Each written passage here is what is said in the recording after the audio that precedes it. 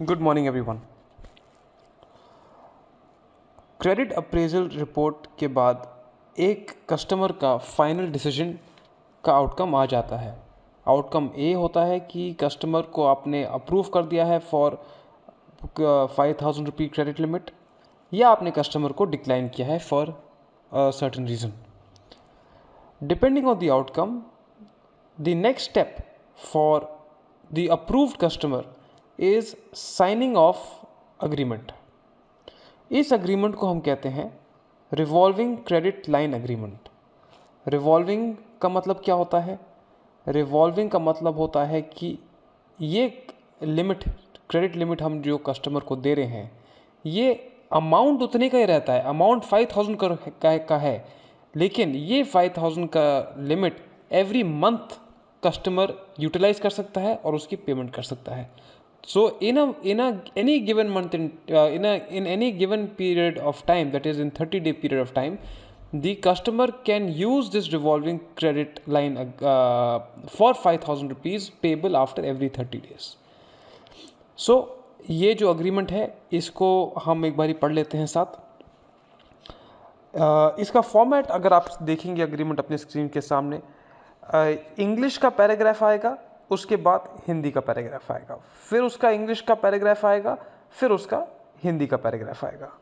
ये इसलिए किया जाता है कि बोथ का हमने अगर इंग्लिश में अग्रीमेंट दे दिया तो कल को कस्टमर अगर डिफ़ॉल्ट करता है और वो कहता है कि मुझे तो समझ ही नहीं बात आप लोगों ने क्या करी, या अग्रीमेंट में क्या आप लोगों ने साइन करवा दिया, तो हमेशा हमने जब भी हम किसी भी लोन अग्रीमेंट को एक्टिव करते हैं तो उसका जो अग्रीमेंट होएगा हमेशा इंग्लिश में होएगा और हिंदी में होएगा, सो दैट अग्रीमेंट वर्नैक्युलर रहे और कस्टमर को जो कॉपी हम देंगे वो कस्टमर के नॉलेज की भाषा के अंदर वो पढ़ सकता है और समझ सकता है। एनीवेज, नाउ इस अग्रीमेंट को एक बारी साथ पढ़ लेते हैं।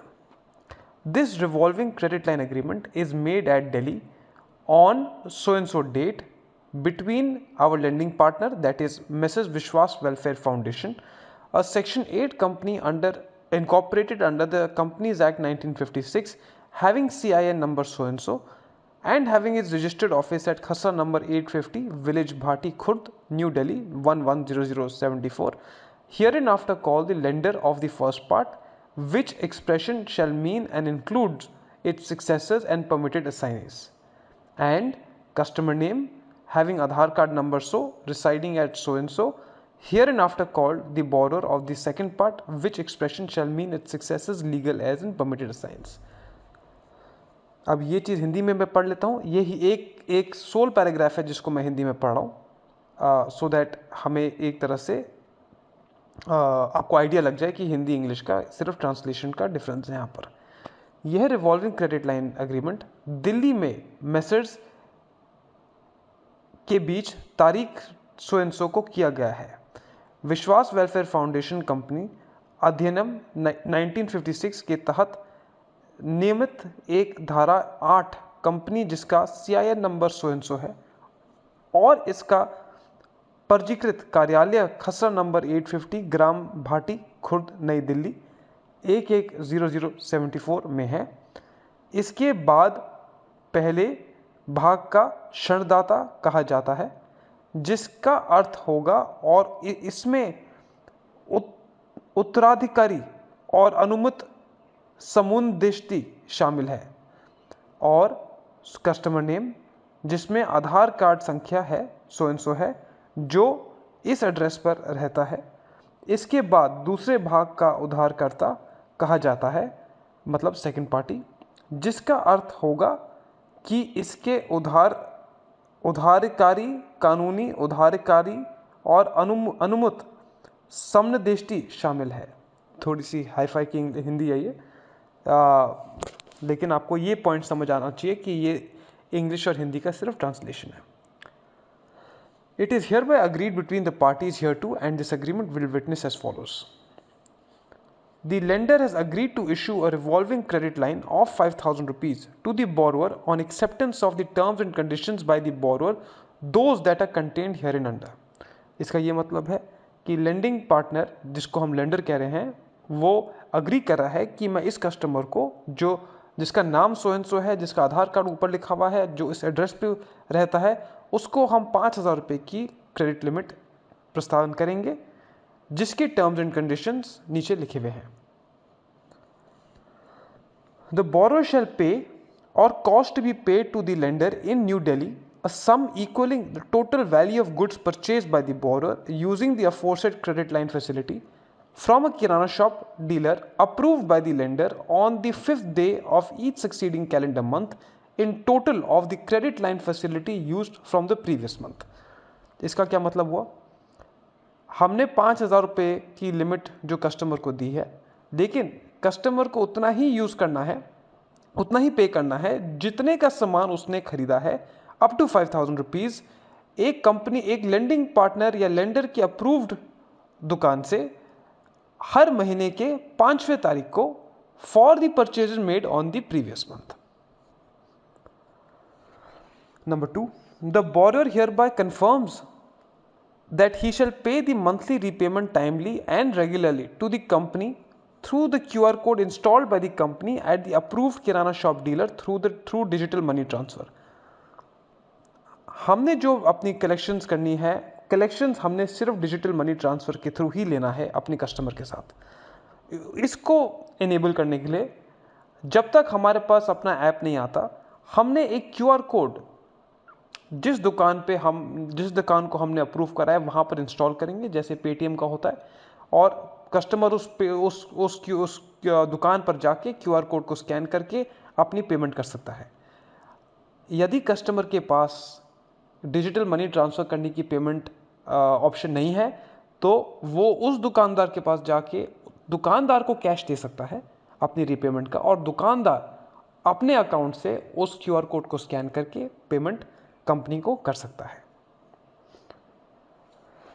The borrower confirms that he shall pay the monthly repayment in time even though there may be loss in business or workplace, theft or any other calamity that may occur during the tenure of the loan।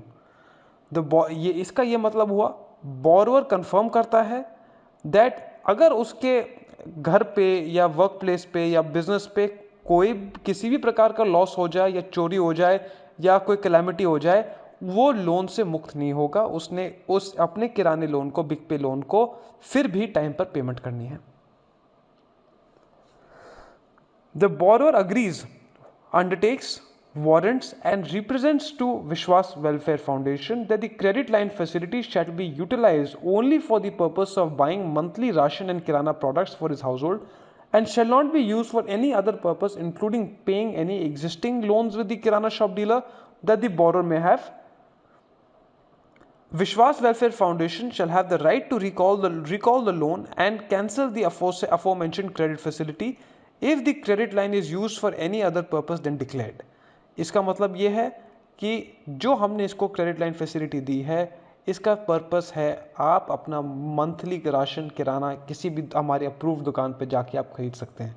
अगर आपका कोई पुराना loan चल रहा है उस दुकान के साथ, ठीक है, आप उसका भुगतान या हमारे क्रेडिट लाइन के साथ नहीं कर सकते, या हमारी क्रेडिट लाइन को किसी भी अदर वे के अंदर आप मिसयूज़ नहीं कर सकते किसी और पर्पस के लिए। दुकानदार और कस्टमर अगर सोचिए पुराना लोन चल रहा है, ठीक है, अगर वो दुकानदार ने इसको पुराना उधार दिया हुआ है, वो कहता है, वो कह सकता है कि ऐसा कर, वो तेरा पुराना उधार से हम तेरे को मुक्त देते हैं, 5,000 रुपये तो अपनी इस किताब पे चढ़ा दे और अगले महीने कंपनी को डायरेक्टली पेमेंट कर दियो।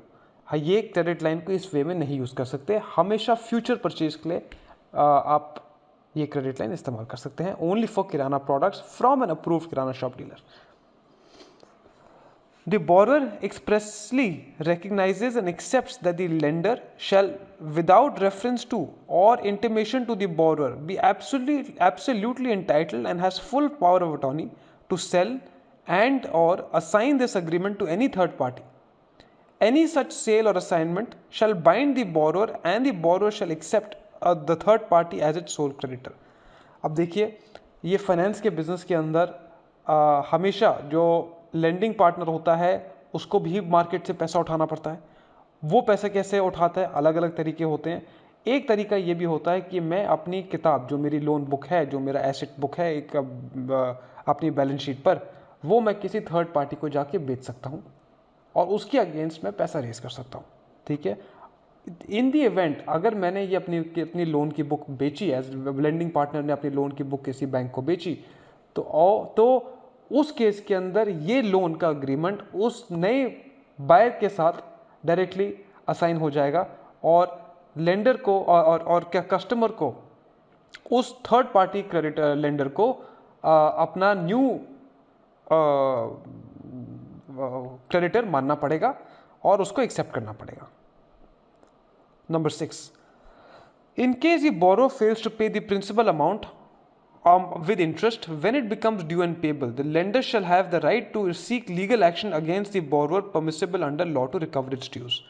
अगर borrower default करता है principal amount with interest and overdue charges, तो lender के पास full legal authority है इस borrower के against legal case file करने की and अपना पैसा recover करने की. Number 7. The borrower agrees that in case of default, fraud, legal incompetence during the duration of the loan, non-compliance of agreed terms and conditions, non-submission of required papers, any other irregularities by the borrower will enable the lender to recall the facility with interest thereon, delayed payment charges, foreclosure charges, any other incident charges payable under this agreement. इसका ये मतलब होता है कि इस agreement के दौरान, इस लोन फैसिलिटी के एक्टिव होने के दौरान अगर कोई भी नॉन कंप्लायंस रहती है on part of the borrower, तो कंपनी इस लोन अग्रीमेंट को बंद कर सकती है एंड अपना जितना भी पैसा बकाया है कस्टमर के पास उसको रिकवर कर सकती है इस अग्रीमेंट के under. Any default by the borrower in discharging its ability under any other agreement with the lender shall be deemed to be default under this agreement and vice versa, and the lender shall be entitled to exercise any or all rights under this agreement. इसका ये मतलब है अगर हमारी company ने 2 agreement customer के साथ करे हुए हैं, एक अग्रीमेंट करा है इस क्रेडिट लाइन का और कल को हम लोग कोई नया प्रोडक्ट लेके आते हैं, लेट्स से 30,000 रुपीज़ का कोई पर्सनल लोन लेके आते हैं, अगर बोरोवर ने हमारे 30,000 लोन की किस्त टूटी तो इसका ये मतलब हुआ उसने ये अग्रीमेंट भी ब्रीच किया और ये अग्रीमेंट भी हम लोग उसको बंद कर सकते हैं. और वाइस वर्सा अगर इस अग्रीमेंट के अंदर उसने डिफॉल्ट किया तो हम उस अग्रीमेंट में जहां पर हमने उसको 30,000 रुपीज़ का लोन दिया हुआ है उस अग्रीमेंट के अंदर भी ऑटोमेटिकली डिफॉल्ट माना जाएगा और कंपनी दोनों तरफ से लेट पेमेंट चार्जेस स्टार्ट कर सकती है और दोनों फैसिलिटीज़ को बंद कर सकती है. Number 9. Borrower confirms that the disbursement of the revolving credit line facility will be for the purchases made by the borrower from the approved Kirana shop dealer only. The lender shall directly disburse the money to the bank account of the approved Kirana shop dealer. The borrower confirms that this credit line facility will not entitle him for any cash loan directly or indirectly into the bank account of the borrower. इसके अंदर company borrower को clear बता रही है कि ये जो credit line facility है ये सामान के परचेज के लिए है एक अप्रूव किराना दुकान के थ्रू, ये कैश लोन नहीं है. डायरेक्टली या इनडायरेक्टली कंपनी कैश नहीं देगी उसके अकाउंट के अंदर, डायरेक्टली और indirectly. Any and all disputes, differences and or claims arising out of or in connection with this agreement or its performance shall be settled by arbitration to be held in New Delhi in accordance with the provisions of the Arbitration and Conciliation Act 1996 or any statutory amendments thereof and shall be referred to the sole arbitrator as may be appointed by the lender. The references to the arbitrators shall be within the clauses, terms and conditions of this agreement. The arbitrator shall be competent to decide whether any matter of dispute or difference referred to him falls under the purview of arbitration as provided for above, or any matters relating to the arbitration under the Arbitration and Conciliation Act 1996. The award given by the arbitrator shall be binding and final on all parties concerned. Arbitrator कौन होता है? Arbitrator एक judicial body होती है जो arbitration and conciliation act 1996 तहत बनी हुई है, जहां पर ये एक जज के पास मैटर नहीं जाता, एक आर्बिट्रेशन कोर्ट के पास मैटर जाता है, जहां पर आप अपनी बात रख सकते हैं, दूसरी पार्टी अपनी बात रख सकती है और आर्बिट्रेटर फटाफट उस पर दोनों पार्टीज की सुनवाई करके डिसीजन लिख सकती है और फाइनल अपना ऑर्डर पास कर सकती है. This is a legal order and it is binding and it will bind both the parties concern with the order. उस आर्बिट्रेशन के ऑर्डर्स को की execution it lies with the local courts, police, or any other government authority to ensure that award given is executed by the court. Number 11. The borrower agrees to the appointment of a sole arbitrator by the lender only and confirms that they do not have any objection. इस point पे borrower company को no objection certificate दे रहा है कि company ही soul right पे अपना arbitrator appoint करेगी नई दिल्ली के अंदर in the case of a default. Number 12. Borrower confirms that he has received the official company passbook and he is aware that all purchases made by him using the credit facility shall be recorded on the said passbook only and all repayments made by him shall be recorded in this said passbook only. Borrower confirms that the passbook given to him by the lender shall be final and binding statement of all balances owed to the company in respect to this credit facility.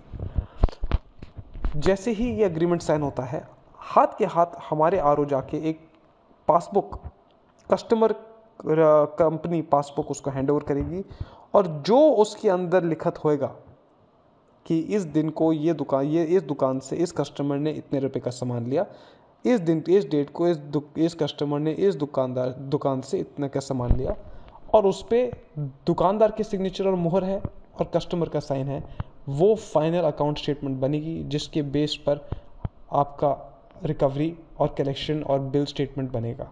जो वो statement कहेगा that is the final and binding statement of all balances dues all balances owed by the customer to the company. Number 13. The borrower agrees that the borrower will make payments through digital money, NEFT, electronic fund transfer, checks to the account of the lender or at the premise of the lender approved kirana shop dealer. In case the payment is returned as unpaid, the lender has a right to take legal action against the borrower as per applicable laws. The bank charges for bouncing the payment and legal expenses shall be borne by the borrower. Again, जो हमारी repayments आएगी borrower को digital money transfer, NEFT, electronic fund transfer या check के through हमें करनी पड़ेगी और जो दुकान से हम हमारे बिक पे अप्रूव दुकान पे जाके QR कोड के थ्रू पेमेंट कर सकते हैं. बाय चांस अगर कोई पेमेंट अनपेड होती है, आपने चेक दिया, वो चेक बाउंस हो गया, वो चेक बाउंसिंग के चार्जेस भी बोरोर के अकाउंट में आएंगे और उसके लीगल एक्सपेंसेस जितने भी आएंगे वो भी बोरोर के अकाउंट पे आएंगे. मतलब अगर हमने केस फाइल किया, उसके जितने भी खर्चा हमारे लीगल टीम का, हमारे डॉक्यूमेंटेशन का, वो सब खर्चे बोरोर के अकाउंट को बोरोर को पे करने पड़ेंगे. Number 14. The borrower confirms that he has received the hard copy of the agreement and other documents. इसमें borrower confirm कर रहा है कि इस agreement की signed copy उसको मिल चुकी है और जितनी भी पासबुक्स है उसको मिल चुकी है in physical copy. Number 15. The borrower hereby agrees and confirms that the courts, tribunals in New Delhi shall have jurisdiction to entertain any suits or other legal proceedings arising out of this agreement. इसके अंदर borrower confirm कर रहा है, agree कर रहा है कि दिल्ली की courts and tribunals के पास सो jurisdiction रहेगी इस loan agreement के dispute में कोई भी केस फाइल होने पर. Number 16. The lender shall inform the borrower about change in norms of disbursement, rate of interest, processing charges, foreclosure charges in the language known to the borrower. These changes would be applicable from respective dates only. जैसे मैंने starting में बताया था, ये agreement Hindi में है और कल को कोई भी change in terms and conditions आया डिसबर्समेंट के ऊपर, रेट ऑफ इंटरेस्ट के अंदर, प्रोसेसिंग चार्जेस के अंदर, तो कंपनी या लेंडिंग पार्टनर बोरोअर को आप उस जिस भाषा में उसको बात समझ आती है उस भाषा में उसको कम्युनिकेट करेगी और हमारे केस में हम हिंदी भाषा में उसको सब चीज़ें कम्युनिकेट करेंगे. The borrower agrees to the interest rates and charges as specified in the Schedule A mentioned below and also agrees to Schedule B late payment charges.